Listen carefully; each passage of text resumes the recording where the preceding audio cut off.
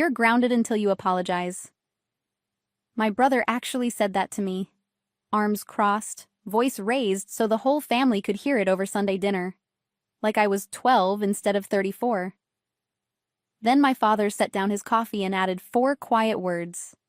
Know your place. Everyone waited for me to cry or push back or beg my way out of it. Instead, I just picked up my fork, said, fine, and finished my meal like nothing had happened. 2 weeks later, he planned to hand our family diner to my brother in front of 50 people. But the next morning, when my father walked into the shop, he was so sure he owned. What he found wasn't me. It was a letter. And not one of them had ever realized that every signature that actually mattered already had my name on it. Before I go any further, if your jaw just tightened reading that, do me a favor and hit like and subscribe. It's the only way stories like mine reach the people who need them. And tell me in the comments where you're listening from and what time it is there. I read everyone. I'm Amy. This is the story of the family business everyone swore belonged to my father, and the night they learned whose name was really on it. Let's go back to the beginning. The diner opens at 6. I get there at 5. I have for 11 years. I unlock the back door, and here's a small thing nobody ever noticed. Mine is the only key that works the back lock. My father's key sticks. He's never had it fixed because he's never there at 5 in the morning to need it. So every day, before the sun, I'm the one who lets the day in. Bobbitt's Diner sits on a corner in a suburb east of Cleveland. Brick front. A neon sign that buzzes when it rains. 18 tables, a counter with 9 stools, and a back booth my brother started calling his office 3 years ago, though I've never once seen him work in it. By 6, the coffee is on. The grill is hot. Silas is at the line. He's our head cook, 20 years here, hands like oven mitts. By 7, the regulars come. Walt, who orders the same eggs every morning. The nurses coming off the night shift. The contractors before a job. My father arrives at 9. He comes in like the sun deciding to show up. Morning, morning, he says, working the room. He shakes hands. He tells the founding story to anyone who'll listen. How he built this place from nothing in 1988. How a man's name on a door means something. The regulars love him. He's warm and funny, and he remembers everyone's grandkids. He passes the counter where I'm running the morning numbers and he pats my shoulder. There's my girl, keeping the lights on. He says it like a joke. Everybody laughs. I laugh too because that's what you do. He doesn't know how true it is. Or he does, and he's decided it doesn't count. Around noon, my brother arrives. Holden is 29. He parks in the spot closest to the door, the one we save for deliveries, and he walks straight to his booth without touching an apron. He orders lunch. He tells the staff how he'd run things differently. He calls the diner my future, with a mouthful of food I rang up, cooked by a man whose paycheck I signed. He has never opened. He has never closed. He cannot work the register. I know this because the one time he tried, he comped $40 by accident and blamed the machine. My mother, Nora, comes in some afternoons. She wipes down tables nobody asked her to wipe.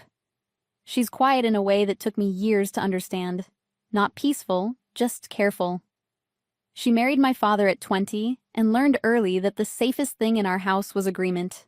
That afternoon, she stopped beside me at the counter. She didn't look up from the rag in her hands. Your father has news, she said. Sunday, at dinner. What kind of news? She folded the rag, folded it again. The good kind, he says. Then she walked away before I could ask what that meant. I went back to the numbers. That's the thing about running a place. There's always a number waiting. A vendor invoice short by 2 cases. A server's hours that didn't add up. The cooler bill, which had crept up again. I worked through them the way I always do, and around me the diner did its noon thing.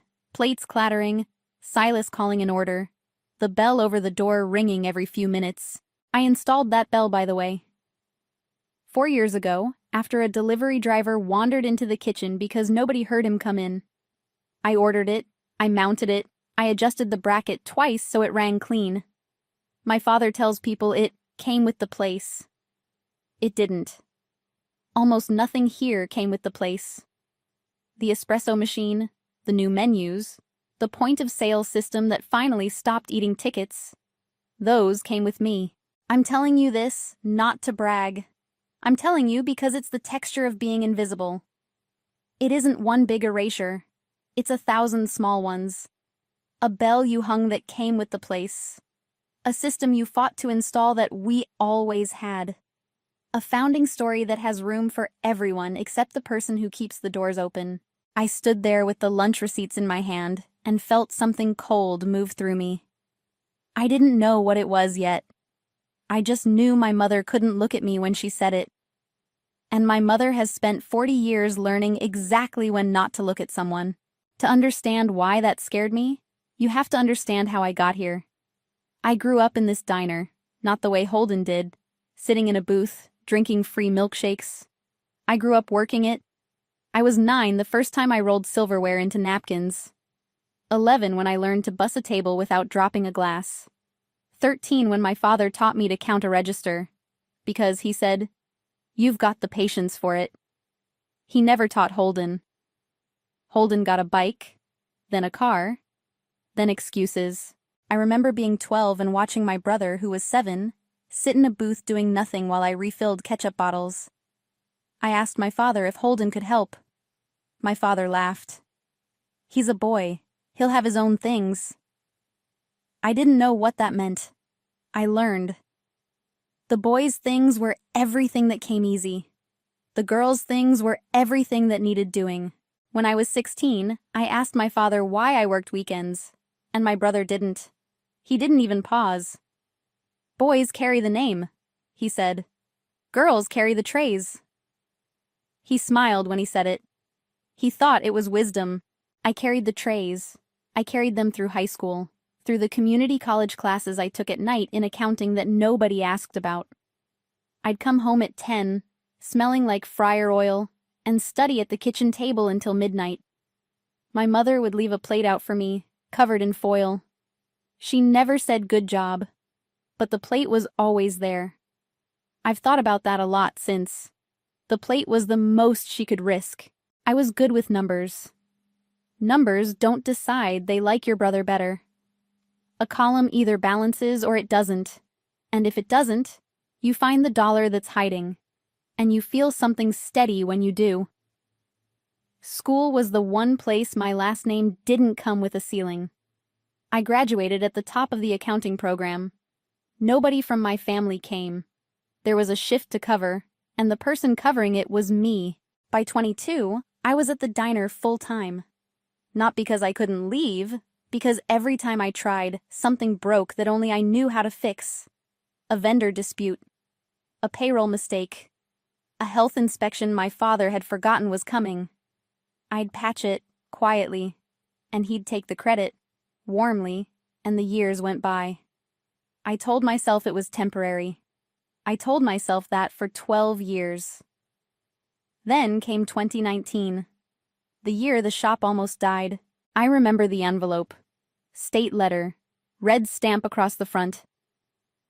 I opened it at the counter because my father had stopped opening the mail he didn't like. He'd let it pile in a drawer he called his later drawer, as if later were a place. Unpaid sales tax. Penalties. A notice that our license to operate was under review. The number at the bottom was $80,000. It hadn't happened overnight. I went through the later drawer that night, all of it, and pieced together 2 years of missed filings and ignored notices. My father had been collecting the sales tax from every customer and not sending it on, not out of malice, out of avoidance. The same avoidance that left a bell unhung and a cooler bill creeping. He'd been quietly drowning the business one unopened envelope at a time, while telling regulars he built it from nothing. I found my father in his office, the back booth, before Holden claimed it, and I put the letter in front of him. He read it. His face went gray. And then he did the thing he always did when the ground moved. He looked at me. "Fix it," he said. Not "let's figure this out." Not "what do we do?" Fix it. Like I was the machine that handled the parts of his life he didn't want to touch. So I did. I called a lawyer, Cordelia Hughes, a small business attorney a vendor had recommended. She was calm in a way that made the panic in my chest go quiet. We met at a coffee shop 2 towns over because I didn't want my father wandering in. She looked at the books I'd photographed, the debt, the structure of the place, which was barely a structure at all. The diner was a sole proprietorship held together with my father's pride and my unpaid hours. "Here's the truth," she said. "Right now, this business is your father personally. His name, his liability, his risk. If it goes under, it takes him with it. And from these books, the only reason it hasn't gone under is you." She tapped the photo of the payroll. "Whose handwriting is this?" "Mine." "All of it?" "All of it."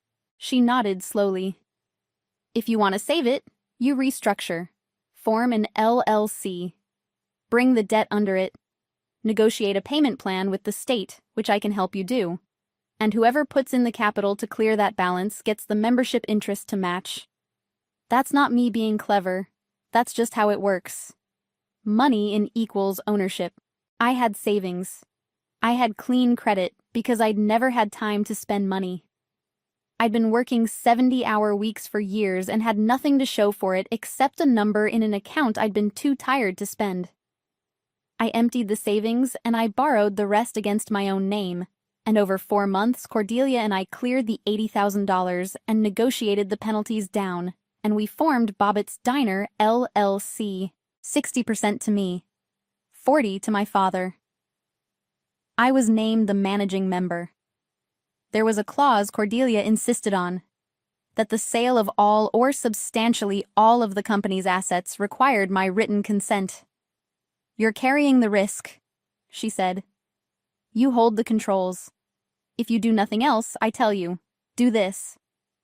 She underlined it twice on the copy she gave me. I still have that copy. The double underline is still there. My father signed it on the hood of his car in the parking lot. It was raining a little. He didn't read it. He never reads anything that looks like homework. "Just fix it," he said again, the same 2 words, and he handed the pen back. And he went inside to tell a regular about the time he started this place with nothing. He never asked what he signed. Not that day. Not in the 6 years after. The most important document of his life, signed in the rain on a car hood, because reading it would have meant admitting his daughter was holding the rope. For 6 years, I ran a business my family thought was a hobby I'd taken up. I want to be precise about what "ran" means, because the word does too little work. I did payroll every 2 weeks. Silas, the servers, the dishwashers, the kid who came in summers. I negotiated with the vendors, the linen service, the man who fixed the walk-in cooler at 2 in the morning the night before Thanksgiving. I filed the quarterly taxes with Iris Calloway, our accountant, and I signed every return. I passed the health inspections. I renewed the license that had once almost killed us. I read the contracts. I held the keys. I learned things you only learn by doing them. That a freezer fails on the worst possible weekend, always. That a good server is worth 3 mediocre ones and you fight to keep her.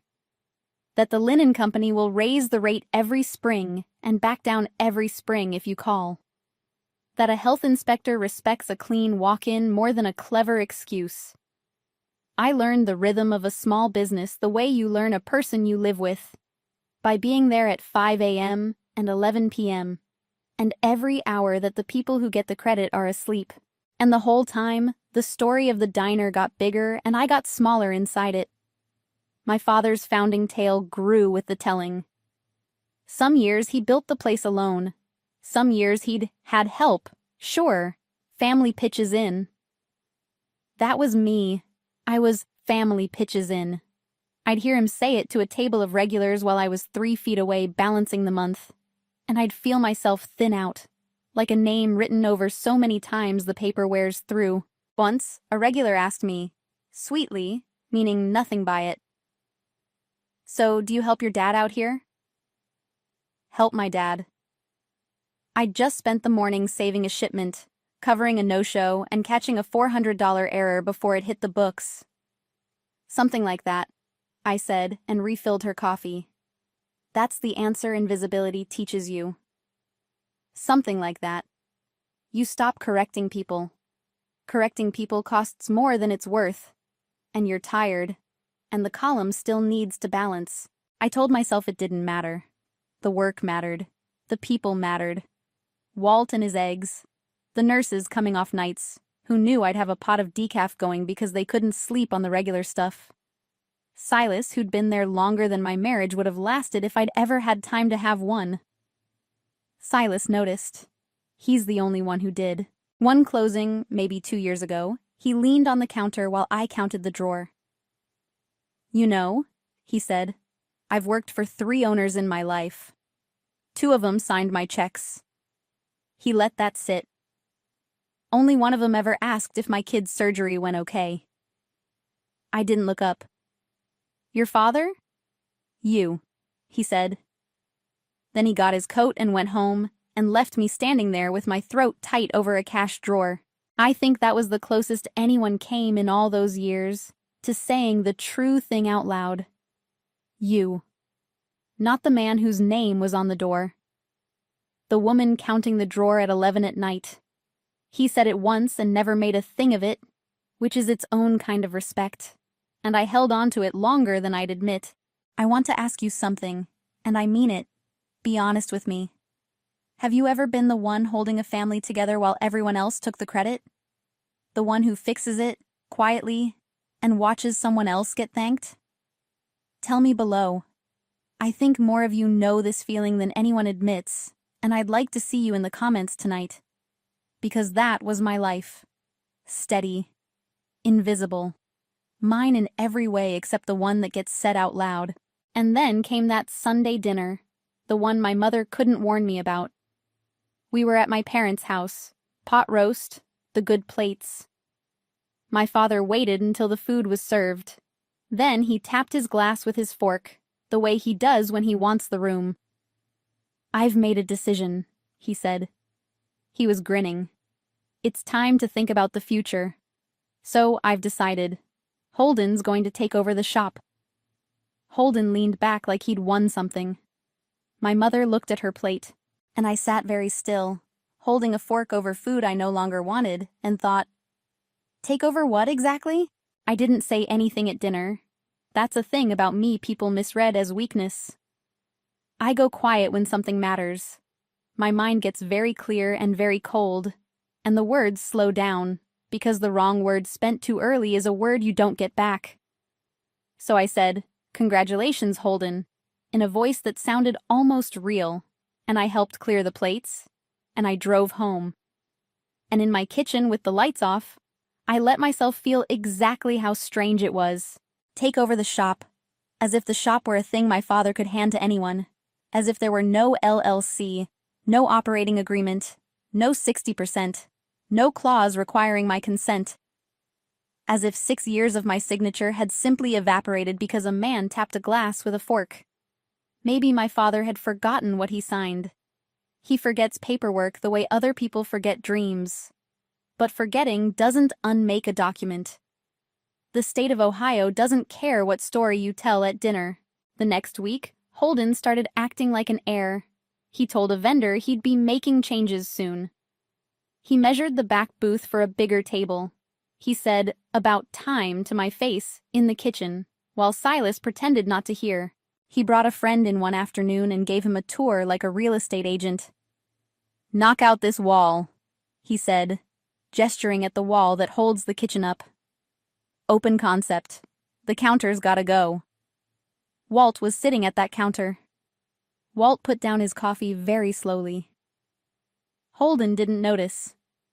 Holden has never once in his life noticed the person his words landed on. I watched all of it and I said nothing because saying something was a word spent too early.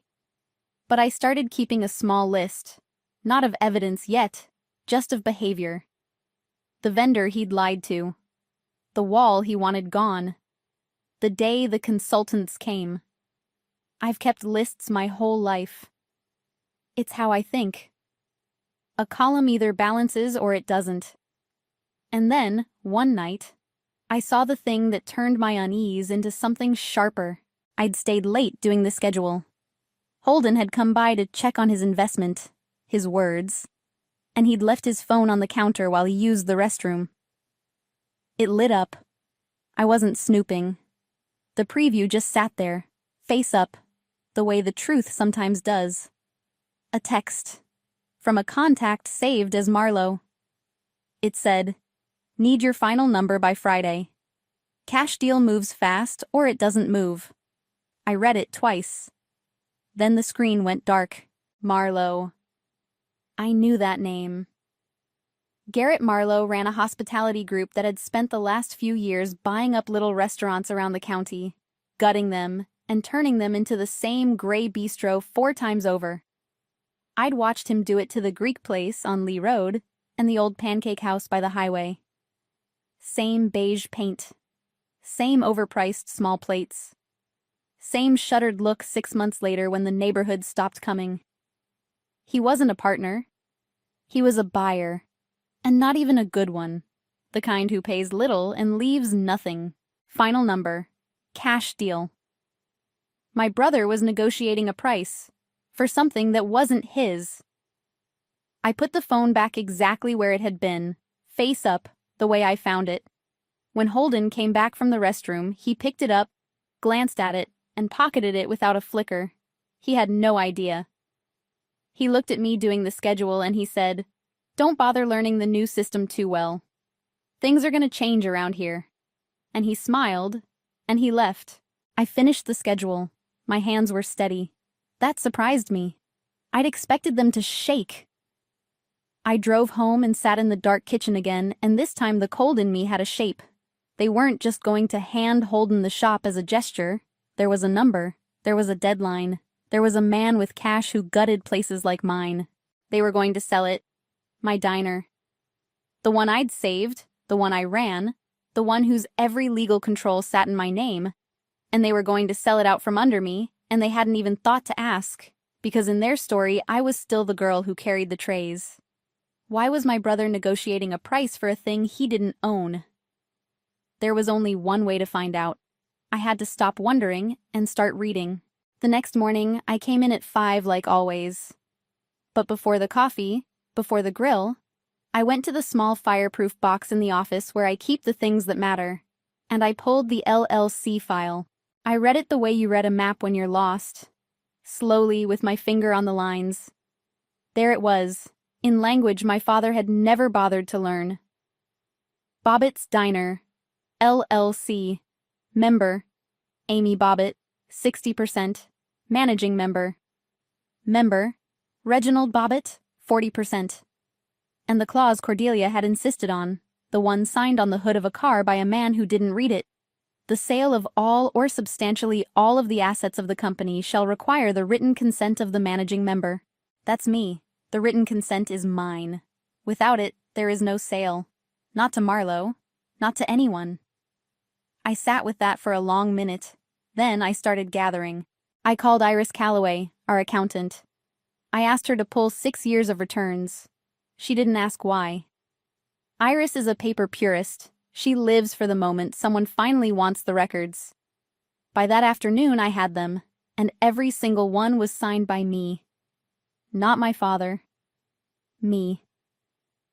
The person the state of Ohio recognized as the one responsible for this business was the same person my brother had told to apologize. Then I talked to Silas. I waited until the lunch rush died and we were alone at the line. "Silas," I said, "has anyone been in here measuring? Looking at the kitchen?" He wiped his hands on his apron. Slow. "2 guys. Tuesday. Said they were with Marlowe Hospitality." He looked at me. "Holden let 'em in. Told me they were consultants. They photographed the walk-in. Measured the hood." He paused. "I didn't like it. Figured you knew." I didn't, I said. Thank you. So the buyer's people had already been inside, measuring my kitchen for the renovation that comes after a sale. The deal wasn't a someday. It was a Friday deadline, cash in hand, almost done thing. I needed to see it on paper. And here's the part that still amazes me. I didn't have to break into anything. Because Holden, who couldn't run a register, also couldn't keep a secret. He'd been using the diner's own email, the account I set up, the account I had the password to, because I'm the one who set up everything, to send Marlowe documents from a printer in the back office. I want to be clear that I didn't have to do anything sneaky to find it. It was the company account, on the company computer, that I administer. He'd been so sure I was furniture that he'd used the furniture to commit it all to writing. I opened the sent folder, and there it was, a draft purchase and sale agreement. Buyer, Marlowe Hospitality. Seller, listed as Reginald Bobbitt, owner. Signed, actually signed, scanned, my father's looping signature, on the seller line. Holden listed as representative. The price was a lowball cash number that made my stomach turn. Less than half what the business was worth, because Marlowe doesn't pay for what he plans to gut. But there was more, and the more was worse. There was a thread, weeks of it, Holden and Marlowe's people, going back and forth. In one message, Holden wrote, "Don't worry about my sister. She does the bookkeeping. She's not an owner. She just thinks she runs the place." In another, when Marlowe's side asked for documentation of clear title, Holden had sent a photo of the old, pre-2019 paperwork. The sole proprietorship, the version where the diner was just my father, the version that hadn't been true in 6 years. He either didn't know about the LLC or was betting nobody would check. He'd built the entire sale on a document that the law had replaced in 2019. He'd sold a buyer a version of the diner that no longer existed. My father had signed away a business he only 40% owned. My brother had brokered it on the strength of a structure that had been dissolved. And the one signature the law actually required, the managing member's written consent, was nowhere, because they didn't know it existed. I printed it. I printed all of it. The agreement, the thread, the photo of the outdated paperwork, the message where my brother called me a bookkeeper who only thinks she runs the place. I made a folder, the way I make folders, labeled and ordered, tabbed and dated. I drove to Iris Calloway's office the next morning and had her certify copies of the 6 years of returns. I asked Cordelia what else mattered, and she told me. And I gathered that too. The filed articles of organization from the Secretary of State. The bank records showing me as sole signatory. The loan against my name that cleared the $80,000. By the end of the week, I had a folder so complete that Cordelia, when she finally saw it, set down her coffee and said, "You should have been a litigator." It was the first time I'd heard her sound impressed. It was, I realized, one of the only times in my adult life anyone had looked at my work and named it for what it was. I sat in the office at the end of the night with 6 years of returns, the operating agreement, and a signed sale neither of them had the right to make. I found it. And the strangest, quietest feeling came over me. Not triumph. Something steadier. They had built their whole plan on the belief that I was no one. And I held, in a labeled folder, the proof that I was the only one who could stop it. I found it. And the strangest, quietest feeling came over me. Not triumph. Something steadier. They had built their whole plan on the belief that I was no one. And I held, in a labeled folder, the proof that I was the only one who could stop it. I closed the diner that night and didn't go home right away. I sat in the empty dining room with one light on. It's a different place when it's empty. You can hear the cooler hum, the neon sign buzzing out front. The booths sit there like they're remembering the day. I ran my hand along the counter and found the dent. It's near the register, a little crater in the laminate. I made it my first week working the line at 22, when I dropped a full bus tub and a glass went through the surface. My father was furious. I cried in the walk-in for 10 minutes and then came out and finished my shift. The dent's been there 12 years. I've leaned on it 10,000 mornings. This place wasn't a thing I wanted to win. It was the thing I'd built my life inside while no one was looking. The next afternoon, Silas found me in the office. He had his coat on, but he didn't leave. He stood in the doorway, turning his hat in his hands. "The other two heard," he said. "About Marlowe. About the gutting." He meant the servers, the kitchen help. "I'll tell you what I told them. I've had better offers over the years. Real money. I stayed." He cleared his throat. "I stayed because of how you run this place. Not him. You." He put his hat on. "Whatever you're doing, we're with you. Marlowe shows up, we walk. All of us. Same day." I didn't trust my voice, so I just nodded. He started to go, then stopped.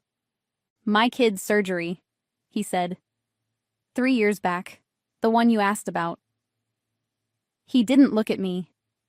"You covered my shifts that week and told me it was slow. It wasn't slow. I checked the schedule later. You worked doubles so I could sit in a hospital." He cleared his throat again, rougher. "I never said thank you for that. So, thank you." Then he left fast, before either of us had to do anything about our faces. I sat there a while. Then there was Dana, one of the servers, who knocked the next morning with 2 of the others behind her.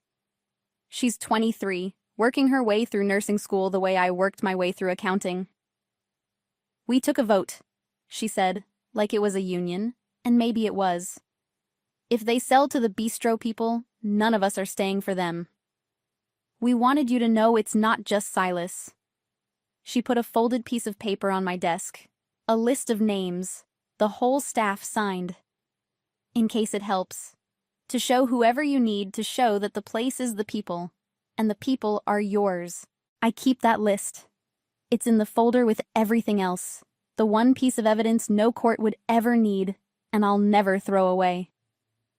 That night, I sat alone in the closed diner with one light on, the way I told you. The dent under my hand. And I called Cordelia. She remembered me before I finished my name. I told her everything. The dinner, the announcement, the text, the measured kitchen, the signed sale to Marlowe. The thread where Holden called me a bookkeeper, the outdated paperwork he'd passed off as title. She was quiet while I talked, the kind of quiet that's listening, not waiting. When I finished, she said, "Let me make sure I understand. Your father signed an agreement to sell substantially all the assets of a company in which he holds 40%. The operating agreement requires the managing member's written consent for exactly that. You're the managing member. You have not consented, and your brother represented to the buyer that the business was still a sole proprietorship, which it hasn't been since 2019. Right. Then there is no sale," she said simply. "There's a piece of paper that exposes your father, and a brother who may have made misrepresentations to a buyer that are his own problem entirely. But there is no valid sale. They cannot give away what is legally yours to control." A pause. "Honestly, Amy, the cleaner question isn't whether you can stop it. You can stop it in your sleep. The question is what you want it to cost them, and what you want it to give you." "Amy," she said, gentler now. "What do you want? Because the law gives you several roads. You can block it quietly today with a letter. You can force a buyout of your father's share. You can let them find out the hard way, in front of whoever they choose to find out in front of." A pause. "What do you actually want here?" I thought about it. The dent in the counter, Walt and his eggs, Silas and his hat and his kid's surgery, Dana's list of names, my own name written over so many times the paper wore through. "I don't want revenge," I said. And I meant it. I want them to see me. Just once. To stand in a room and understand who I've been the whole time they were calling me no one. "Then we wait for the room," Cordelia said. "They're building you a stage. Let them finish it." I hung up. I looked around the empty diner one more time before I locked it. They were planning a ceremony to give away my life's work, and they had no idea, none, what I was holding. Let them build the stage. I'd decide when to walk onto it. 2 days later, my father made it official. He printed invitations. Actual invitations, on cardstock, like a wedding. Please join the Bobbitt family in celebrating a new chapter for Bobbitt's Diner. Saturday the 15th, 2 o'clock. He handed them out to regulars, mailed them to family, pinned one by the register. He invited vendors. He invited the linen guy. He invited a man from the local paper who sometimes wrote up small business features. A handover ceremony. To pass the diner to Holden in front of everyone who'd ever eaten there. I watched him pin the invitation by the register, beaming, and I said, "That's a lot of people, Dad." "Big moment deserves a big room," he said.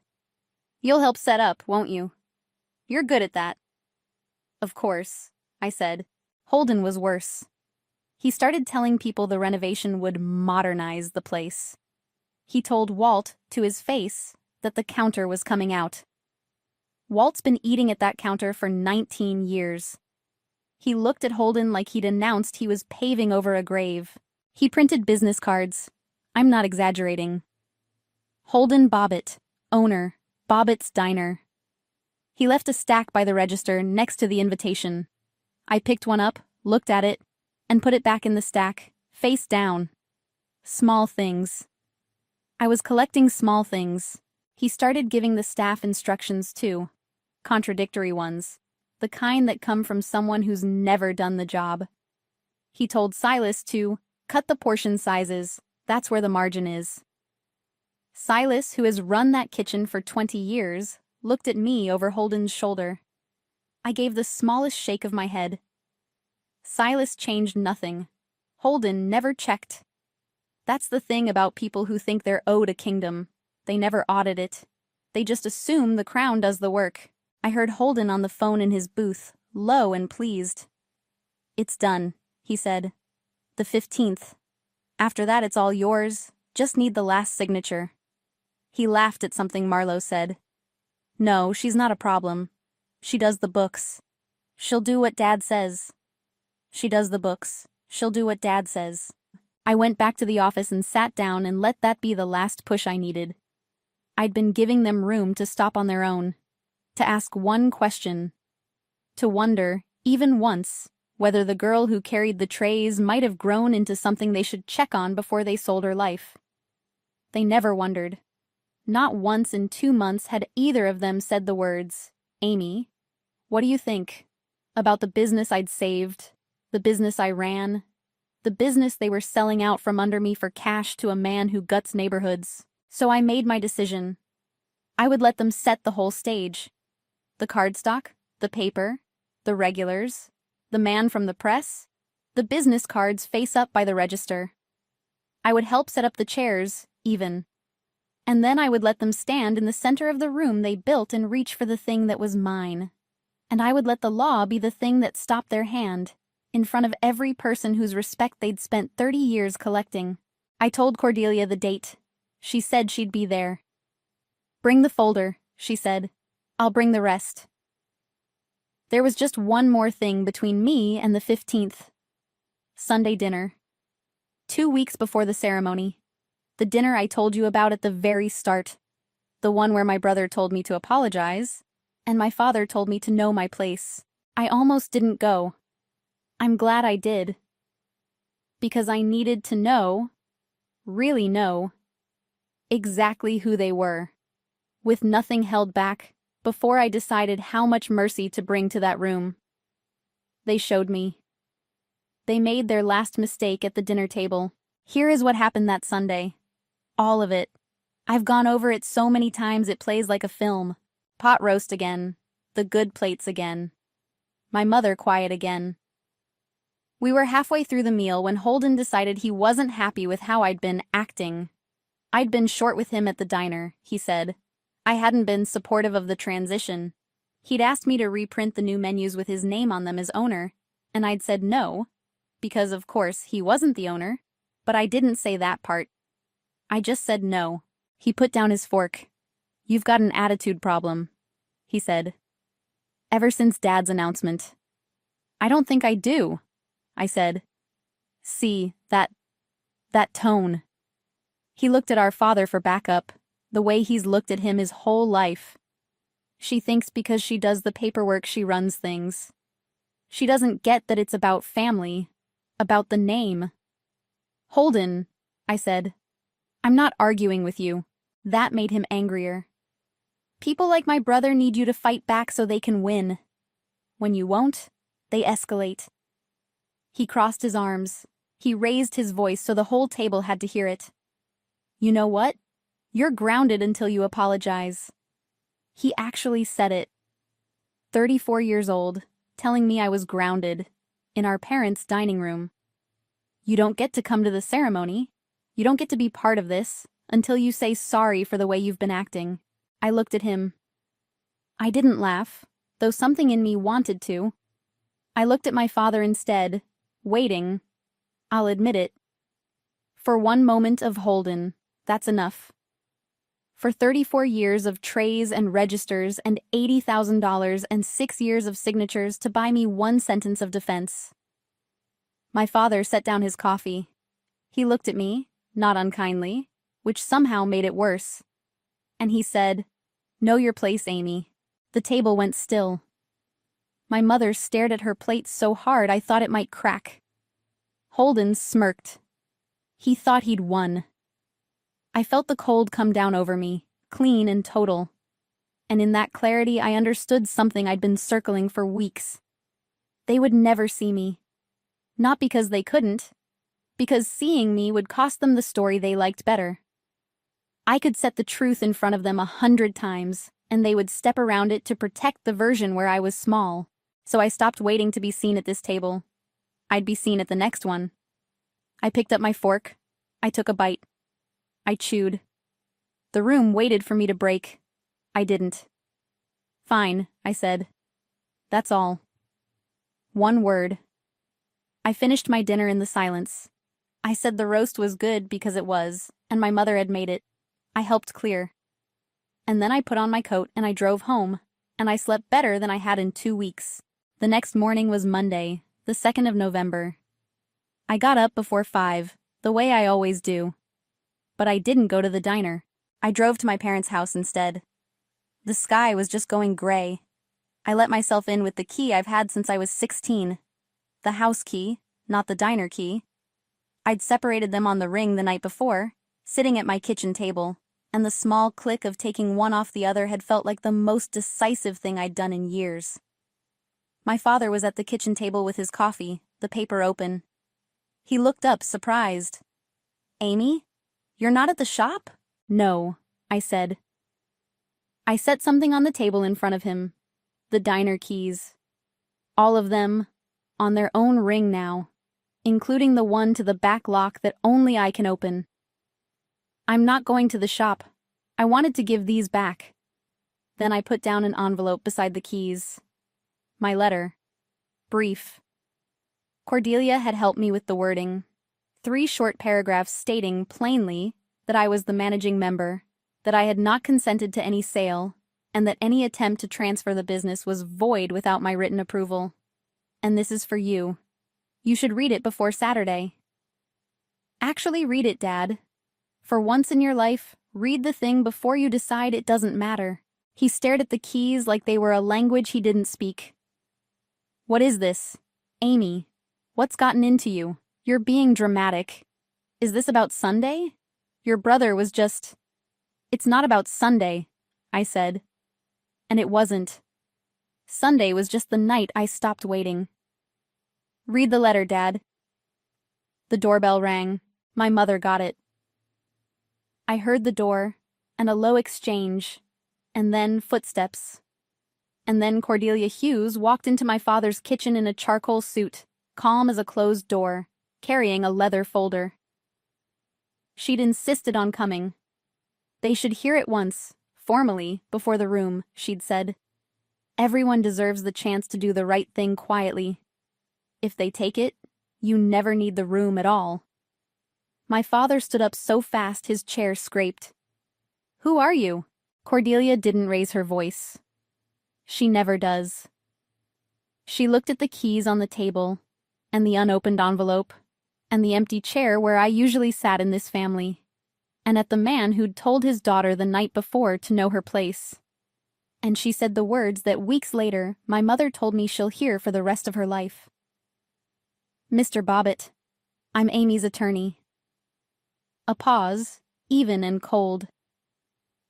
"Sir, what exactly have you done to your daughter?" He didn't have an answer. He looked at the envelope. He still didn't open it. Even then, a lawyer in his kitchen, his daughter's keys on his table. He couldn't make himself read the thing. That's when I knew Saturday would have to happen. He'd been handed the quiet way out, in his own kitchen, before coffee, and he let it sit there unopened like every other notice in the later drawer. The 15th came bright and cold. I helped set up. I want you to know that. I came in early and I arranged the chairs in rows, and I made the coffee, and I set out the pastries, because Saturday was a big day, and the regulars would be hungry. My father watched me work and decided my letter had been a tantrum, now past. "Glad you came around," he murmured, fixing his tie. He hadn't read it. I could tell. He never reads anything that looks like homework. By 2, the place was full. 50 people, maybe more. Walt in his usual spot, the nurses, the vendors, the linen guy, my aunts and uncles. Silas at the edge of the kitchen doorway with the whole staff behind him, aprons off, which my father didn't notice. The man from the paper had a little notebook. Cordelia stood quietly near the back by the door, in charcoal, a leather folder under her arm. My father didn't know who she was. My brother didn't either. My father tapped a glass with a fork. The room hushed. He loves a hushed room. He told the founding story one more time. 1988. From nothing. A man's name on a door. People smiled. They'd heard it. They liked it. Then he put his hand on Holden's shoulder. "So today," he said, "I'm proud to hand Bobbitt's Diner over to my son. Holden, it's yours." Applause. Holden beamed. He actually took a little bow. I stepped forward. Not fast. Just enough to be seen. "Before everyone celebrates," I said, "I think the room deserves the whole story. Don't you, Dad?" My father's smile tightened. "Amy, not now." "Now's perfect," I said, and I nodded to Cordelia. She walked to the front. She didn't hurry. She set the leather folder on the counter, right beside the dent, and opened it. "My name is Cordelia Hughes," she said, pleasant as a librarian. "I'm an attorney. I represent the managing member of Bobbitt's Diner, LLC. She let that word sit. LLC. A few regulars exchanged looks. I'm here to make sure that whatever's announced today is, in fact, legal. So let's review. That's a formality," my father said quickly to the room, waving a hand. "Lawyers. Always a formality. The shop's mine. I built it. I can give it to whoever I—" "You hold 40%, Cordelia said. The room went quiet in a new way. The kind of quiet where people stopped chewing. She laid the first page on the counter where people could see. "This is the operating agreement for Bobbitt's Diner, LLC, filed with the state of Ohio in 2019. It establishes 2 members. Reginald Bobbitt, 40%. She laid down the next page. "Amy Bobbitt, 60%, and managing member." Another page. "And this clause, which Mr. Bobbitt signed, requires the managing member's written consent for any sale of the company's assets." Walt, at the counter, leaned over to read it. He's a retired machinist. He reads things carefully. He looked up at my father, and then at me, and something rearranged itself in his face. My father's face had gone the gray I remembered from the day of the red-stamped letter. "That's not— Amy fixed some paperwork years ago. That's all that was— This is the paperwork." Cordelia said. You signed it. On the hood of your car, I'm told, in the rain, without reading it. Her voice never rose. You signed away the authority you're trying to use right now. That's not an accusation. It's just what the document says. A murmur moved through the room. One of my aunts said, not quietly enough, Reginald, you didn't read it? Holden stepped in, because Holden cannot stand to be off camera. This is ridiculous. She does the books. She doesn't own anything. Dad owns it. Dad's giving it to me. Does he? Cordelia turned a page toward him. Then perhaps you can explain this. And she laid down the purchase and sale agreement. Marlowe Hospitality. Reginald Bobbitt's signature on the seller line. The lowball cash number. And Holden, listed as representative. The man from the paper started writing faster. I watched him underline something twice. This is an executed agreement, Cordelia said. To sell this diner to a buyer who intends to gut it. Signed by a man who owns 40%. Brokered by a man who owns nothing. She laid down one more page, Holden's message thread. Represented to the buyer in writing as a sole proprietorship that hasn't legally existed since 2019. Sold without the consent of the woman who owns the controlling interest, runs the business, and saved it from closure with $80,000 of her own money. She looked up, mild as ever. It isn't a transfer. It's an attempted sale of property that wasn't theirs to sell, to a buyer who was shown the wrong paperwork. Silence. Real silence. The cooler hummed. The sign buzzed out front. Somebody's coffee cup clinked against a saucer and it sounded enormous. Walt was the first to speak, to no one in particular. She opened this place every morning, he said slowly, for as long as I've been coming. 5 a.m. I've seen her car. He looked at my father. I always figured it was hers. And then, because the antagonist always hangs himself, Holden lost control. You can't do this! He wasn't talking to the room anymore. He was talking to me, and his voice cracked up high and ugly. That's my money. Marlowe's paying cash. I already spent. I have plans. You can't just... You do the books. You don't get to... He caught himself a half-second too late, but everyone had heard it. That's my money, not the family's legacy, not Dad's dream. His money. The cash from gutting the place where Walt had eaten breakfast for 19 years, the place Silas had stayed at through better offers, the place I'd opened at 5 every morning of my adult life. A woman near the front, one of the night nurses, made a small, disgusted sound and set down her fork. You could feel the room turn. It turns all at once. A room. 1 second they're your father's audience. The next, they're witnesses. In the back, a man none of us had been watching stood up. Trim, expensive coat. Garrett Marlowe. He'd come to see his purchase celebrated. He looked at the operating agreement on the counter, and the 40%, and the daughter who held the rest, and the thread where he'd been shown paperwork 6 years out of date, and he understood in about 4 seconds that he'd signed a deal with people who couldn't deliver, and might have lied to him doing it. I think there's been a serious misrepresentation, Marlowe said, to no one and everyone. He buttoned his coat. He looked at Holden with an expression I can only describe as the look you give a check that bounced. My attorneys will be in touch, about the deposit, and about the rest. And he walked out. The bell over the door rang behind him. It's the bell I installed. That sound, the bell, the door, the buyer leaving, was the sound of the whole plan dying. My father reached out toward the closing door, a small, useless gesture, like a man watching something blow off a truck on the highway. If you've ever had to stop asking permission to be respected by your own family, if you've ever had to put the truth on the counter and let it speak for you, I'd genuinely love to hear what that moment was for you. Tell me below, because then my mother did the bravest thing I've ever seen her do. She walked to the front, past my father, and she set down a shoebox. She opened it. Inside were 6 years of receipts. Every transfer I'd made, every payment, every deposit, kept in secret by a woman too frightened to speak but too honest to throw them away. "She's been carrying it the whole time," my mother said to the room, in a voice I'd never heard her use. "All of it. I should have said so years ago." She looked at my father. "I'm sorry, Amy. Not him. I'm sorry."